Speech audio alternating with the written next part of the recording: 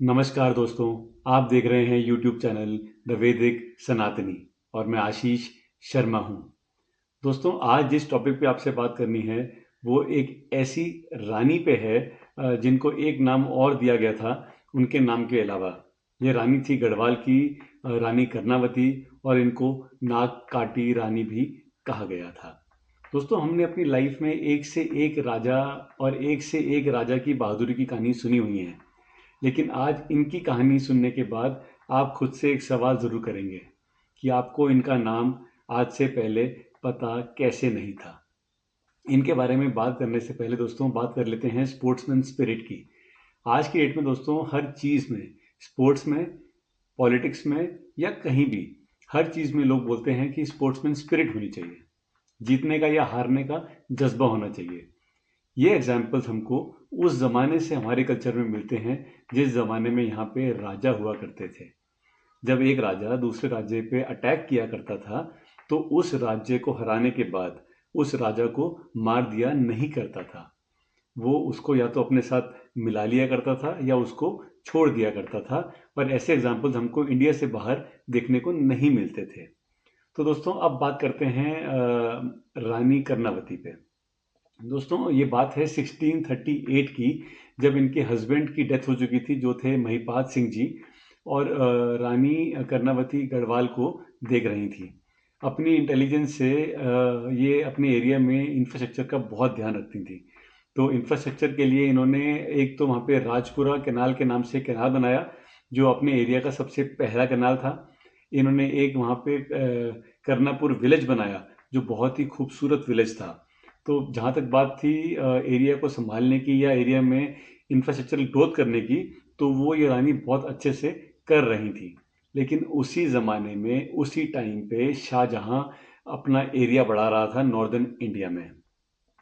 तो इनका एक पड़ोसी था जिनका नाम था बाज बहादुर चांद, जो उस टाइम पे कुमाऊं के राजा थे। वो बहुत ही इंस्पायर्ड हुआ करते थे मुगल कल्चर से। तो उन्होंने उस ज़माने में अप्रोच किया नजाबत खान को, जो शाहजहाँ का ही एक वॉरियर था, कि जो गढ़वाल एरिया है वो गोल्ड में, कॉपर में और लेड में बहुत ही ज़्यादा रिच है।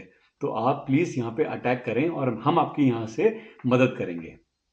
ये सुन के नजाबत खान ने ये ऑफर दिया शाहजहाँ को, और शाहजहाँ हो गया तैयार कि चलो अटैक करते हैं गढ़वाल पे। और उसने 30,000 की आर्मी दे दी नजाबत खान को कि आप अटैक कर लो गढ़वाल पे। अब दोस्तों, यहाँ आती है बहादुरी की कहानी रानी कर्णावती की। और सिर्फ बहादुरी नहीं, बट स्पोर्ट्समैन स्पिरिट भी। अ, गढ़वाल को एक बेनिफिट था, उसकी जियोग्राफिकल लोकेशन, क्योंकि वहाँ पे बारिश और बर्फ़ इतनी हुआ करती थी कि बहुत लंबा टाइम सेना को लड़ाई करने का नहीं मिलता था। ऐसा ही हुआ, तो रानी कर्णावती ने इन पूरे 30,000 के ट्रूप्स को ट्रैप कर लिया जहाँ पे आज लक्ष्मण झूला है। जब ये वहाँ ट्रैप हो गए तो नजाबत खान ने क्योंकि उसको लगा कि अब हमारा खाना भी ख़त्म हो रहा है, तो अब हमें पीस टॉक करनी चाहिए। तो उसने अप्रोच किया रानी कर्णावती को कि अब हमको लड़ाई ख़त्म करनी है, पीस टॉक कर लेते हैं। रानी कर्णावती ने यहाँ पे स्पोर्ट्समैन स्पिरिट दिखाते हुए ये ऑफर किया कि हम आपको छोड़ तो देंगे, लेकिन आप सबको अपनी अपनी नाक काट के यहाँ छोड़ के जानी पड़ेगी। ऐसा ही हुआ था दोस्तों। 30,000 आर्मी की नाक कटवा ली थी नाक काटी रानी कर्णावती ने। और इसके बारे में हमको बहुत बड़े बड़े राइटर्स ने बताया, जिनमें से एक थे निकोलाओ मनुची, टेवमियर, बर्नियर और शाह नवाज खान। इन सब ने अपनी अपनी बुक्स में ये लिखा और इन्होंने बताया कि कैसे रानी कर्णावती ने पहले इन पूरे ट्रूप्स को ट्रैप किया और फिर उनकी नाक काट दी।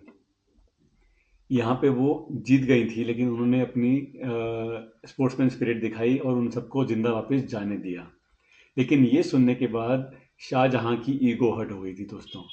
तो उसने एक और आर्मी बनाई और उसने अब अपने दो बहुत ही स्ट्रॉन्ग वॉरियर्स भेजे उस आर्मी के साथ, जिनमें से एक थे अरीज खान और एक थे खलीलुल्लाह खान। लेकिन दोस्तों, ये दोनों भी कामयाब नहीं हुए, बिकॉज रानी कर्णावती की जो गुरिल्ला फोर्सेस थी, उन्होंने उनको अपने कैपिटल श्रीनगर, ये श्रीनगर कश्मीर वाला नहीं है दोस्तों, ये इनकी कैपिटल थी उत्तराखंड में, वहाँ तक भी नहीं पहुँचने दिया था और उनको वहीं से वापस भेज दिया था, फिर से बिना मारे। दोस्तों, ये कहानी हिस्ट्री बुक्स में कहीं गुम हो चुकी थी, लेकिन ये हमारा जानना बहुत ज़रूरी है दोस्तों, क्योंकि हमें बताया गया कि जो बाहर से आए वो बहुत ही बहादुर थे, लेकिन जो अचीवमेंट्स हमारे यहाँ के राजा और रानियों की थी वो हम तक पहुँची ही नहीं दोस्तों। स्पोर्ट्समैन स्पिरिट दिखाते हुए बिना किसी को मारे अपने अपने एरिया की रक्षा करना हमारे राजाओं को और हमारी रानियों को अच्छे से आता था, लेकिन ये बात हम तक पहुँची ही नहीं दोस्तों। आशा करता हूँ दोस्तों कि आज की इन्फॉर्मेशन आपको यूनिक, नई और अच्छी लगी होगी। अगर ऐसा है तो प्लीज़ इस चैनल को सब्सक्राइब करें, वीडियो को लाइक करें और अपने दोस्तों को भी कहें कि ये वीडियो ज़रूर देखें दोस्तों। वीडियो देखने के लिए थैंक यू, शुक्रिया, धन्यवाद।